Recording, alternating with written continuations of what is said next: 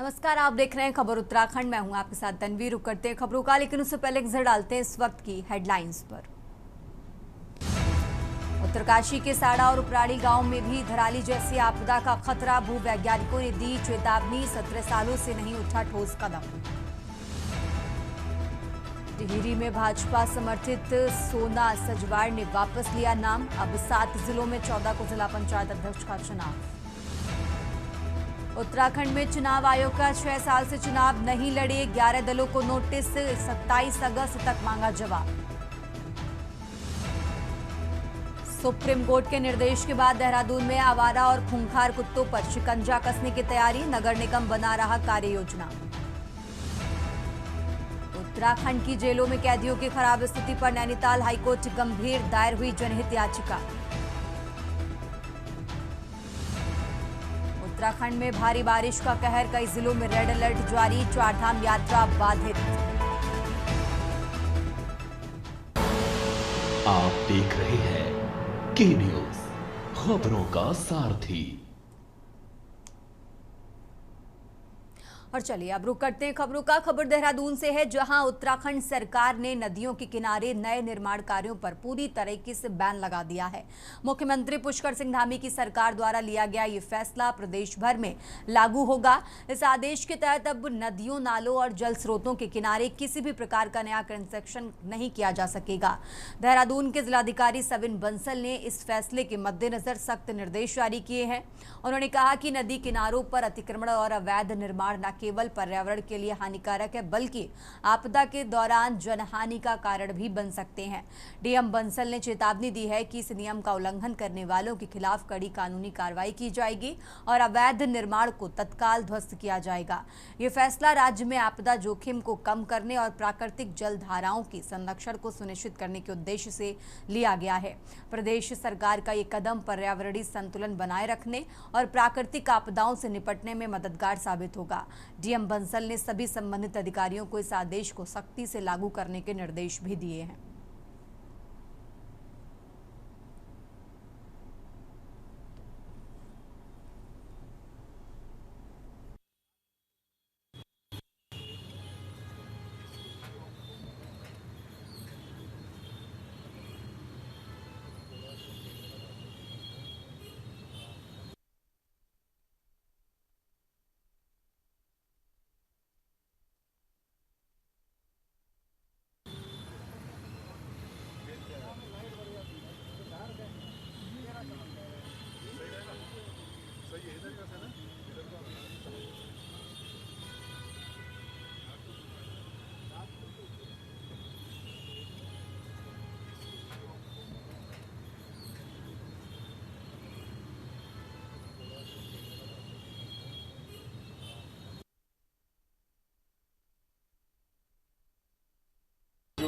शासन के ऑर्डर्स हैं वो फॉलो होंगे और इसमें जो हमारे प्रचलित जीओज हैं या कोर्ट ऑर्डर्स हैं उनके दृष्टिगत उसको क्रियान्वित करवाया जाए। देखिए सर, एक दिक्कत तो है ना, अभी भी लोग कई पुष्कर रह गए, लोग कह रहे हैं कि मतलब उनको बड़ी दिक्कतें वहाँ पर आ रही है। जो नदी इतने पुराने समय से लोग वहाँ पर रह रहे हैं, तो दिक्कतें होती है बरसात के समय में। इस पर आप लोग कैसे काम करें? देखिए, उसमें कई तरह के एस्पेक्ट्स शामिल हैं। कुछ हमारे लोकल स्टेट एक्ट है जिसमें 2016 से पहले जो लोग कतिपय स्थानों पर हैं उनको प्रोटेक्शन दिया गया था। बाकी जो रिमूवल की कैटेगरी में आ रहे हैं उसमें नगर निगम एमडीडीए ने कुछ कार्रवाई भी की है।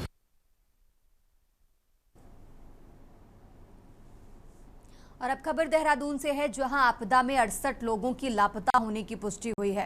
हर्षिल में झील बनी बड़ी चुनौती, 8वें दिन आपदाग्रस्त धराली में बाधित रही संचार सेवाएं। झील से पानी निकालने का काम शुरू है। देहरादून से खबर आपको बता रहे हैं, हर्षिल में झील बनी बड़ी चुनौती, झील से पानी निकालने का काम शुरू है। 8वें दिन आपदाग्रस्त धराली में बाधित रही संचार सेवाएं। झील से पानी निकालने का काम शुरू। देहरादून से खबर आपको बता रहे हैं, आपदा में 68 लोगों के लापता होने की पुष्टि। हर्षिल में झील बनी बड़ी चुनौती। तो 8वें दिन आपदाग्रस्त धराली में बाधित रही संचार सेवाएं। देहरादून से खबर आपको बता रहे हैं।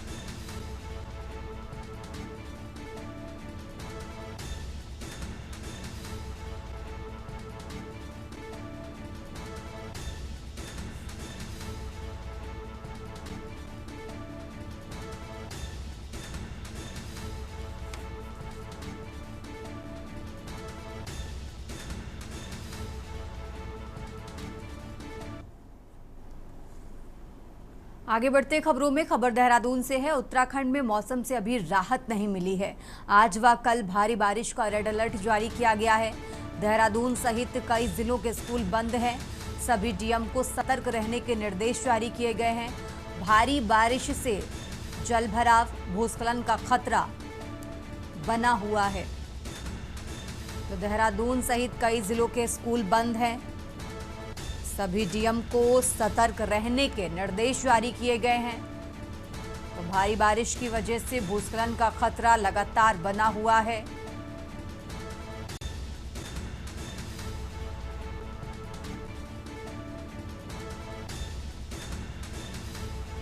तो आज व कल भारी बारिश का रेड अलर्ट जारी किया गया है। देहरादून सहित कई जिलों के स्कूल बंद हैं।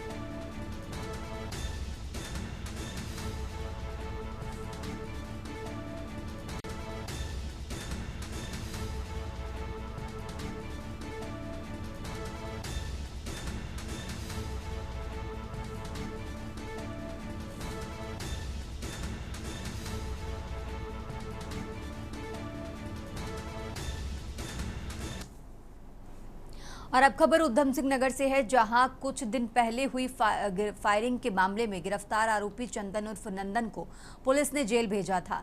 लेकिन कुछ दिन बाद वो जेल से छूटकर मोहल्ले में अपने काफिले के साथ घूमते हुए नजर आया। चंदन ने इस दौरान पुलिस को खुला चैलेंज देते हुए माहौल बिगाड़ने की कोशिश की। ये भी देखा गया कि आरोपी अपने साथियों के साथ मिलकर पहले कोर्ट परिसर में वीडियो बनाकर वायरल कर चुका था और अपने स्टेटस पर भी इस वीडियो को अपलोड किया था, जिससे पुलिस को चुनौती दी थी। पुलिस ने इस घटना के बाद 4 आरोपियों को गिरफ्तार करके जेल भेज दिया था। लेकिन चंदन के जेल से बाहर आते ही उसकी हरकतों ने एक बार फिर से माहौल को गरमा दिया है। आरोपी खुलेआम पुलिस की उपेक्षा करते हुए अपने काफिले के साथ इलाके में घूम रहा था, जिससे स्थानीय लोगों में भय और असुरक्षा की भावना उत्पन्न हो गई। अब ये देखना बाकी है कि रुद्रपुर के एसएसपी मणिकांत मिश्रा के नेतृत्व में पुलिस इस आरोपी के खिलाफ क्या कदम उठाती है।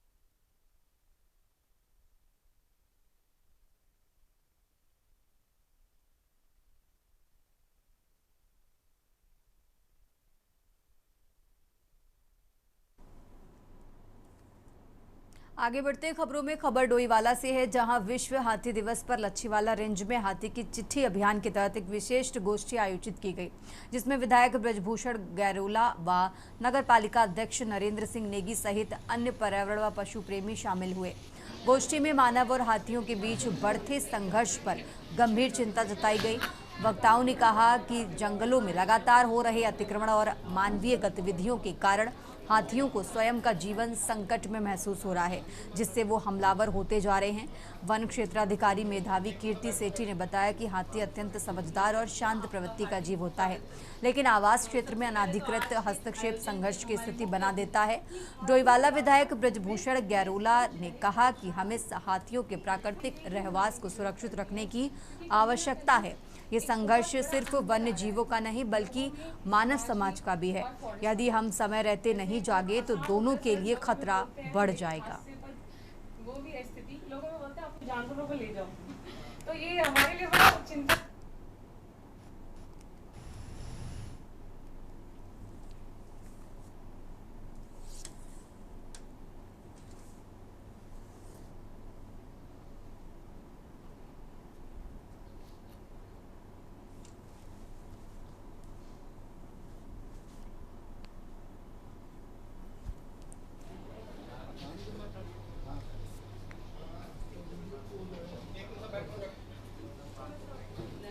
आपका हार्दिक स्वागत है।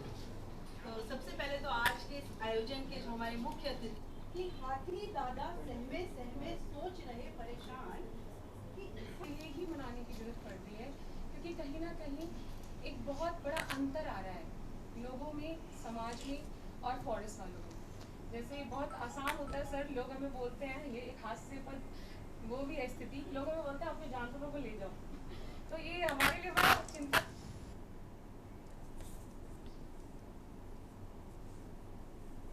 कि आपको पता ही है विश्व हाथी दिवस 12 अगस्त को मनाया जाता है, तो हमने ये कार्यक्रम सिर्फ इसलिए किया है कि एक बहुत बड़ा संदेश इस पूरे क्षेत्र में गूंजे, जिससे कि लोगों को पता चले कि जब आपको हाथी दिखता है तो आपको क्या करना है, क्या नहीं करना है। और जो हमने देखा है ज्यादातर क्षेत्र में जो नहीं करना है लोग वही करते हैं, तो उसी वजह से 12 अगस्त से लेके 15 अगस्त तक जो हमारा स्वतंत्रता दिवस हम मनाएंगे, उसमें हम इस पूरे अभियान को खत्म करेंगे और साथ ही साथ सारे क्षेत्र में नुक्कड़ नाटक और क्या कहते हैं हमारे अनाउंसमेंट के थ्रू जन जन तक ये चीजें बातें पहुंचाएंगे कि क्या होना चाहिए, क्या नहीं होना चाहिए। दिवस पर सबको बहुत बधाई शुभकामनाएं देता हूं। और आज हमारे लच्छीवाला रेंज में आज ये एक गोष्ठी आयोजित की गई और जिसमें हमारे क्षेत्र के सभी हमारे जनप्रतिनिधि, नगर पालिका चेयरमैन, सभासद और आसपास के काफी ग्रामीण लोग की सहभागिता इसमें रही है। और हमारे रेंज अफसर इनके द्वारा ये कार्यक्रम के यहाँ पे किया गया है, मेधावी जी द्वारा। और इसमें विशेष करके जो हमारी धास संस्था है, जो पर्यावरण के लिए, वन पर्यावरण के संरक्षण संवर्धन के लिए बहुत लंबे समय से काम कर रही है, उनका भी इसमें सहयोग रहा है। खबरों का सिलसिला लगातार जारी है। फिलहाल यहाँ रुकते हैं एक छोटे से ब्रेक के लिए। आप देख रहे हैं के न्यूज, खबरों का सारथी। ब्रेक से वापस आ चुके हैं, रुक करते हैं खबरों का। लक्सर में एक ढाबे पर हुए विवाद के बाद कुछ नकाबपोश बदमाशों ने एक घर में घुसकर हमला करने की कोशिश की, लेकिन घर में कोई ना होने के कारण वे अपने मंसूबे में कामयाब नहीं हो सके। ये घटना इस्माइलपुर चौराहे की है, जहां हमलावरों ने सबसे पहले घर में लगा सीसीटीवी कैमरा तोड़ दिया। ये पूरी घटना दूसरे कैमरे में कैद हो गई। फुटेज में साफ देखा जा सकता है कि लाठी डंडों से लैस बदमाश घर के अंदर घुसते ही सीसीटीवी को निशाना बनाते हैं। घर के सदस्यों द्वारा लक्सर कोतवाली में शिकायत दर्ज कराने के बाद पुलिस ने तुरंत कार्रवाई करते हुए 3 हमलावरों को हिरासत में ले लिया है। पुलिस मामले की जांच कर रही है।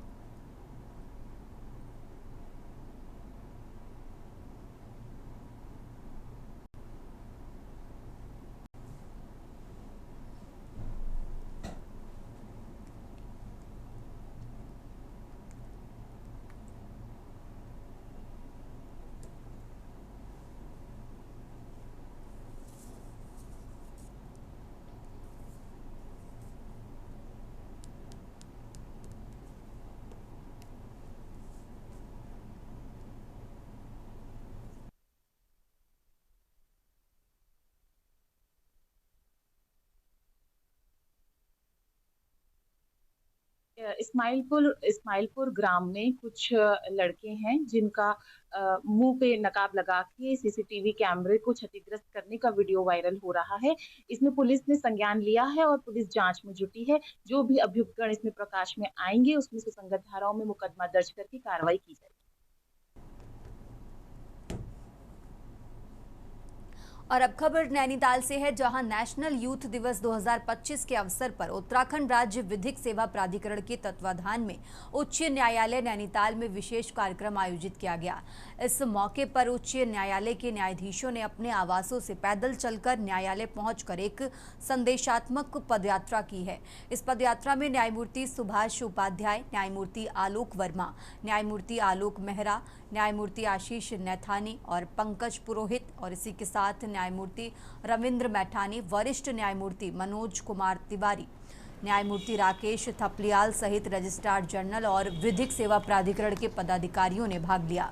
इस पहल का उद्देश्य युवाओं को देश के विकास में सक्रिय भागीदारी के लिए प्रेरित करना, नई चुनौतियों से निपटने की प्रेरणा देना और साथ ही पर्यावरण संरक्षण व स्वास्थ्य के प्रति जन जागरूकता फैलाना था। यह पदयात्रा समाज को न्याय, जागरूकता और जिम्मेदारी का संदेश देने वाली एक प्रेरणादायक पहल रही।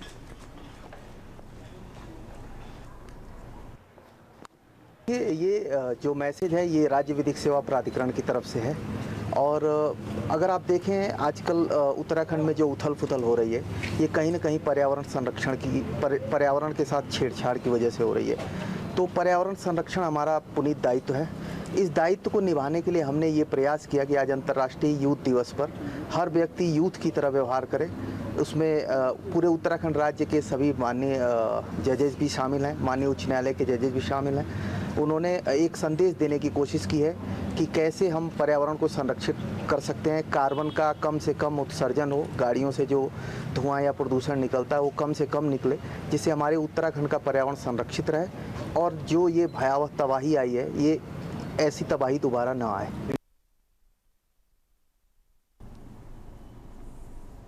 आगे बढ़ते खबरों में, हल्द्वानी के एमबी इंटर कॉलेज परिसर में लगी नुमाइश में अव्यवस्थाओं और करंट लगने की घटना के विरोध में पार्षद रवि जोशी ने कोतवाली परिसर में धरना दिया।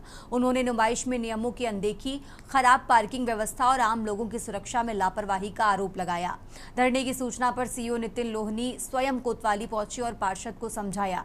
सीओ ने बताया कि पुलिस द्वारा नुमाइश की सुरक्षा व्यवस्था और नियमों के पालन को लेकर जांच कर रिपोर्ट सिटी मजिस्ट्रेट को सौंप दी गई है। आगे की कार्रवाई अब सिटी मजिस्ट्रेट के स्तर से की जाएगी। इस दौरान पार्षद रवि जोशी ने चेतावनी दी कि यदि जल्द कार्रवाई नहीं हुई तो वे आंदोलन करेंगे। प्रशासन अपनी चीजें जांच ले, नुमाइश वाले को आदेश दे दे, वो अपना करेक्शन कर ले, उसको परमिशन दे, वो नुमाइश चलाए। पार्किंग के कोई पैसे नहीं जाने चाहिए, आप पार्किंग वहाँ पे पेड हो। देखिए, जांच रिपोर्ट जो है वो सिटी मजिस्ट्रेट साहब को भेजी जा चुकी है। उसमें जो भी हमारे ऑब्जेक्शंस थे, जो पार्षद थे हमारे, उनके भी कुछ ऑब्जेक्शंस थे।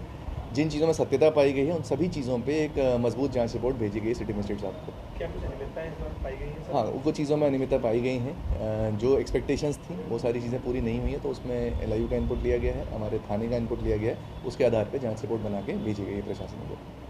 देखिए, पुलिस प्रशासन ने जो अपनी परमिशन दी है नुमाइश को लेके, मैं वो कहना चाहता हूँ कि वो परमिशन के बिंदु चेक कर ले, जो उनके नॉर्म्स हैं वो पूरे हो रहे चेक कर ले। वहाँ पर ट्रैफिक की व्यवस्था देख लीजिए कैसी स्थिति है, एंट्री एग्जिट गेट देख लीजिए, फायर ब्रिगेड की गाड़ी वहाँ पे हर समय खड़ी रहनी चाहिए, समझ लीजिए। और एक छोटा सा एक हॉस्पिटल, मिनी हॉस्पिटल है, एम्बुलेंस वहाँ पे होनी चाहिए, किसी की तबीयत खराब हो जाइए। जो झूले के नॉर्म्स हैं वो पूरे होने चाहिए, झूले का फिटनेस सर्टिफिकेट होना चाहिए, कॉमर्शियल अर्थिंग होनी चाहिए।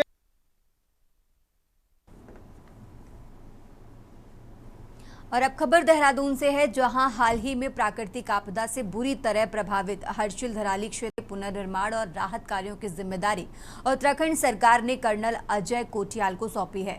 मुख्यमंत्री पुष्कर सिंह धामी ने उन्हें अपना प्रतिनिधि नियुक्त करते हुए इस संवेदनशील और सीमांत क्षेत्र के पुनर्निर्माण का जिम्मा सौंपा है। केदारनाथ आपदा में अपने नेतृत्व और कार्यक्षमता से पहचान बना चुके कर्नल कोटियाल ने कहा कि वे जल्द ही प्रभावित क्षेत्रों का दौरा करेंगे और स्थिति का मूल्यांकन कर रिपोर्ट राज्य सरकार को सौंपेंगे।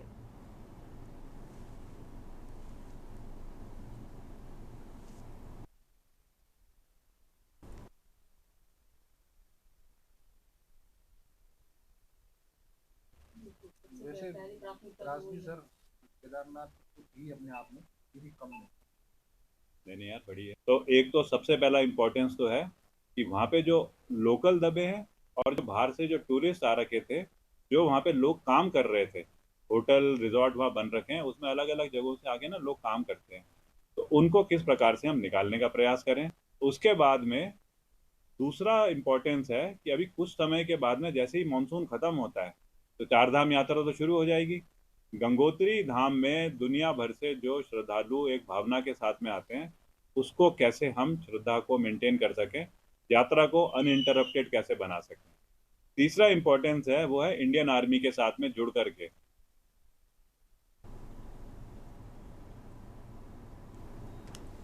इस बुलेटिन में फिलहाल इतना ही। आप देखते रहिए के न्यूज़ इंडिया।